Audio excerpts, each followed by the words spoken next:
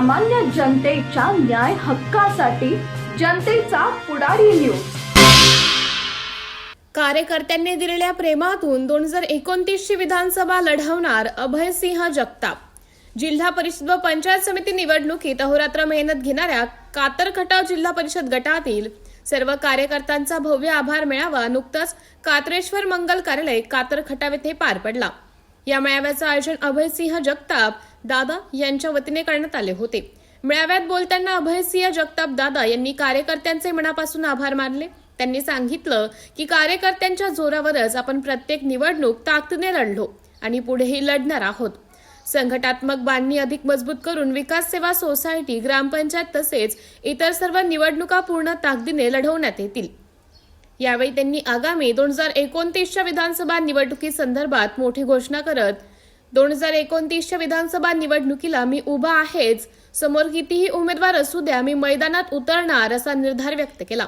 त्यांच्या घोषणामुळे कार्यकर्त्यांमध्ये उत्साहाचं वातावरण निर्माण झाले. उपसंपादक लालासाहेब माने पाटील. तर नेमकी दिशा कशी कुठली घ्यायची ते आपल्याला ठरवावं लागेल आणि म्हणून मी तुम्हाला सगळ्यांना विनंती करेन, दोन्ही राष्ट्रवादी काँग्रेसचं विलीनीकरण होतंय नाही होतंय त्याची आपण वाट बघू आणि निश्चितपणानं आपली दिशा निश्चित करू. आपल्याला विजयाच्या दिशेनं अभयदादांना न्यायचं आहे, एवढीच आपण खूणगाठ आपल्या मनामध्ये बांधूया. मला बोलण्याची संधी दिली याबद्दल धन्यवाद. जय हिंद, जय महाराष्ट्र. हरलो याच्यापेक्षा या निवडणुकीत मला काय जर मिळालं असेल तर मला या कातर खटावामधल्या सर्वसामान्य माणसाचं भरभरून प्रेम मिळालं आणि माझा जो चेहरा तुम्ही पडल्यानंतर पण बघितला असेल त्या व्हिडिओमध्ये, आजही तुम्ही बघताय माझ्या चेहऱ्यावरचं हास्य अजूनही तसंच आहे. त्याचं कारणच असं आहे की मला अपेक्षित नव्हतं 5 आणि 8 दिवसाच्या तयारीमध्ये मी 12,000हून अधिक लोकांचं नेतृत्व करू शकलो आणि जिंकलेल्याने किती केले 12,800. काय फार फरक नाही. त्यामुळे 12,000 लोकांनी मला प्रेम दिलं, मला नेतृत्व म्हणून नेता म्हणून मानलं. काय पाहिजे अजून आयुष्यात? आणि किती मला वेळ मिळाला होता आणि अडचणी किती होत्या. या सगळ्या अडचणींवर मात करून मला तुम्ही लोकांनी जे प्रेम दिलं त्यामुळं तुमचं आभार मानणं माझं मी कर्तव्य समजलं. म्हणून म्हटलं आपण एकत्र यावं. पुन्हा गाव भेट दौरे होतील, प्रत्येकाच्या गावात येणार आहे. नाना पुजारींनी आठवण करून दिलेलीच आहे, ग्रामपंचायती आलेल्या आहेत. त्यामुळं आज शिवजयंतीच्या पूर्वसंध्येला आपण पुढच्या काय म्हणायचं पुढचे आगे की जंग का ऐलान होगा. तर पुढच्या ग्रामपंचायती या गटातल्या सगळ्या ज्या लोकांना वाटतं की अभय जगतापच्या नेतृत्वाखाली लढवायचे त्या सगळ्या लोकांच्या पाठीशी खंबीरपणे उभा. तुम्ही फक्त मला सांगायचं की दादा तुमच्या नेतृत्वाखाली लढवायचे, बस मी आलोच म्हणून समजायचं आणि अजिबात टेन्शन घ्यायचं नाही, जिंकण्यासाठीच लढायचं.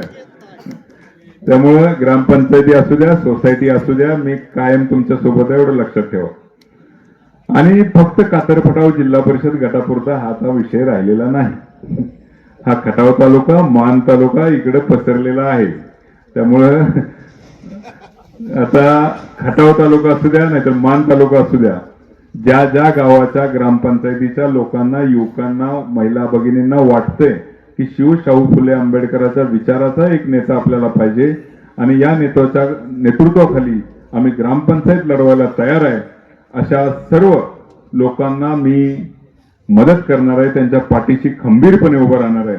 आणि येणाऱ्या काळामध्ये या मान खटावमध्ये होणाऱ्या ग्रामपंचायतीमध्ये जास्तीत जास्त ग्रामपंचायती आपल्या विचाराच्या आणणार आहे, एवढं तुम्हाला सांगतो.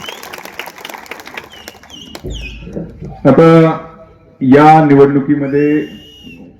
निवडणुकीमध्ये माझ्या बरोबर खरंच तुम्ही सर्वांनी प्रचंड मेहनत घेतली. या मेहनतीचं मी खरंच शब्दामध्ये तुमचे आभार मानू शकत नाही. 8-10 दिवसाचा काळ होता, 8च दिवसाचा, कारण 27 तारखेला फॉर्म माघारी घ्यायची मुदत होती.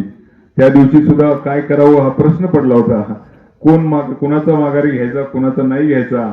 अक्षरशः मी गावागावातनं लोक बोलवली, अरे बाबांनो खरंच तुमच्या गावात मला लीड मिळणार आहे का, आपले गोळाबेरीज होणार आहे का.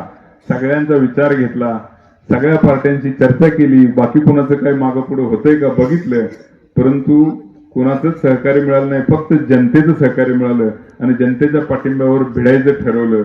मी पडलो नाही, मी लढलो, भिडलो आणि आपल्या सगळ्यांच्या साथीनं एक चांगल्या पद्धतीने लढलो. तर मला असं म्हणायचंय की हा एक अनुभव माझ्या गाठीशी मिळाला. या मनापासून प्रेम करणाऱ्या कार्यकर्ते जर बरोबर असले तर विजय काही फार दूर नसतो हे समजून घेतलं. परंतु आता या अनुभवाच्या जोरावर पुढे जात असताना जर पुढची लढाई जिंकायची असेल तर एवढ्या कमी तयारीमध्ये उतरून चालणार नाही. आपल्याला तयारी मजबूत करावी लागेल आणि तरच पुढचं आपल्याला गुलाल घेता येईल. आणि तयारी मजबूत करायची असेल तर गावोगावी आपलं चांगलं मजबूत संघटन असलं पाहिजे. आणि संघटना बांधणी केल्याशिवाय आपण निवडणुकीला सामोरं गेलो तर अशाच पद्धतीनं आपल्याला फिनिश लाईनच्या थोडंसं अगोदर थांबावं लागेल. तर आपल्याला आता इथून पुढे तसं होऊ द्यायचं नाही. गावोगावी मी फिरणार आहे, गावोगावी आपलं मजबूत संघटन आपण उभं करायचं आहे. आणि ही संघटनात्मक बांधणी यासाठी महत्वाची आहे की फक्त निवडणुकीपुरती नाही आहे.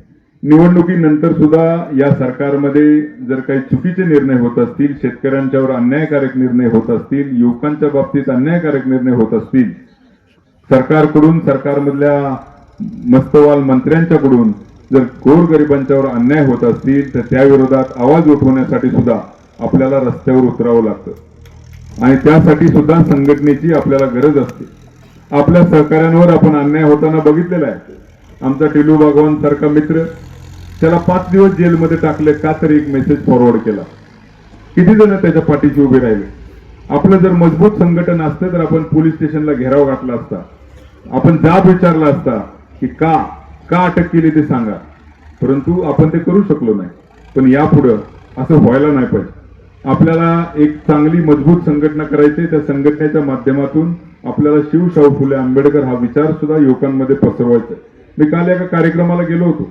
मी त्या ठिकाणी बघितलं की RSSच्या विचाराची लोक ज्या पद्धतीनं लोकांच्या डोक्यामध्ये हिंदुत्वाचा विचार पसरवतात, हे हिंदुत्व खऱ्या अर्थानं खरं हिंदुत्व नाही. या हिंदुत्वाच्या नावाखाली मतं मिळवण्याचा प्रकार आहे. त्यामुळं आपल्याला खरं हिंदुत्व काय आहे हे लोकांपर्यंत पोहोचवलं पाहिजे. आपल्याला अशी लोक तयार करायचे आहेत, फक्त मानखटावमध्ये नाही, संपूर्ण महाराष्ट्रामध्ये अशी लोक बनवायचे आहेत की जी लोक विचार करून मतदान करतील. आजची परिस्थिती अशी आहे की लोक विचार करायचं विसरून गेलेले आहेत आणि निवडणुकीच्या अगोदर काही धर्माचा मुद्दा येतो, काही जातीचा मुद्दा येतो आणि त्या आधारावर आपण मतदान करतो. देश विसरून जातो. सकाळीच बोलता बोलता माझ्या ऑफिसमध्ये एक जण बसला होता. ते बोलता बोलता म्हणलं आमच्या जातीचं असं आम्ही एक संघटन करायला लागलोय, येणाऱ्या विधानसभेला आम्ही दाखवून देऊ. म्हणजे देश गेला बाजूला, देशप्रेम गेलं, धर्मप्रेम गेलं, सगळं गेलं, जातमध्ये आली.